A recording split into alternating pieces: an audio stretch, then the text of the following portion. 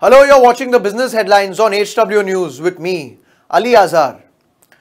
After the recent arrest of Nirav Modi in London and the fact that he has been denied bail and will have to be imprisoned till March 29th, including having to spend his first Holi behind bars, his uncle Mehul Choksi is beginning to feel the heat. Just hours ago, Mehul Choksi, through his lawyers, has moved a new application in PLMA court in Mumbai, stating that he has a long list of medical ailments, including heart trouble, excruciating pain in the leg, and even a clot in the brain, and hence is in no state to travel to India and attend a court hearing. The businessman's lawyer placed as many as 38 documents, including medical reports from doctors and several other documents, such as copy of angiograms, ultrasound examinations, MRI of his brain, knees and joints, blood reports, radiographs and more.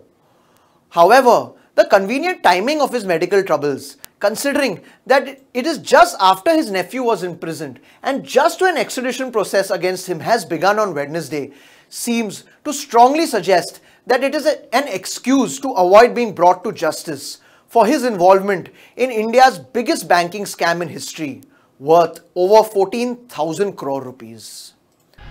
Education technology startup Byjuice has been a massive success. The company has been growing at 100% for the last 3 years and is on target to reach a revenue of 1400 crore rupees for the year ending March 2019. But the fact that pays most tribute to its astounding success is its valuation. Byjuice had a valuation of $1 billion till early last year. Then, in December of 2018, it raised money at a valuation of $3.6 billion. And just a few months later, it has just raised additional funding of $31 million. That's around 214 crore rupees at an impressive valuation of $5.4 billion, which translates into 37,155 crore rupees. Led by US-based equity investor General Atlantic and Chinese internet giant Tencent. This valuation makes it India's third most valuable startup, behind digital payments firm Paytm and cab-hailing platform Ola. The chart depicts Flipkart in the number 1 position. However, in August 2018, US-based retail chain Walmart acquired a 77% controlling stake in Flipkart for $16 billion. And hence, it no longer qualifies as an Indian company. The flagship product of the Bengaluru-based Byjuice is a smartphone app that explains educational content visually using digital animations and moving illustrations, all embedded within short videos, and primarily caters from classes 4th to 12th. However, with this new funding, Byjuice is looking to expand its bouquet of products and cater to classes 1st to 3rd as well, and is also looking to expand into international markets.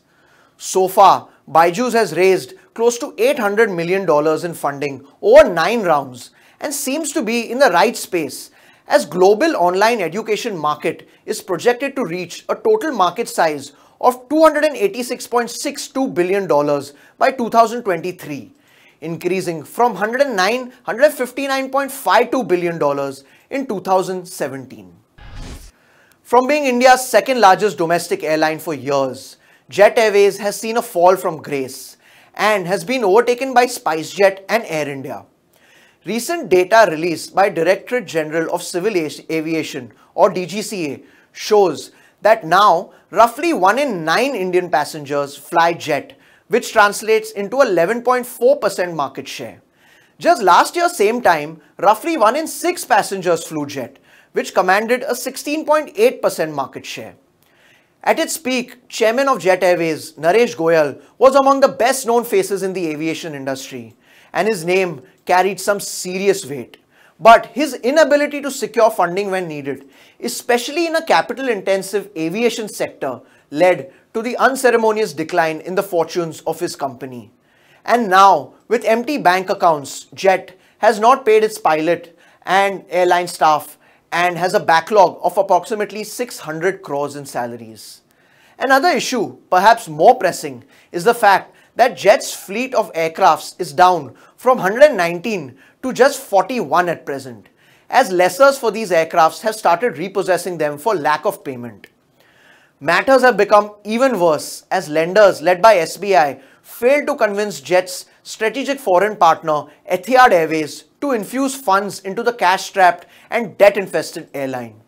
In fact, Jet is in such a dire state that the government is looking to give its unutilized slots to other airlines, and if sources are to be believed, has even asked low carrier SpiceJet to acquire as many as 40 grounded aircrafts.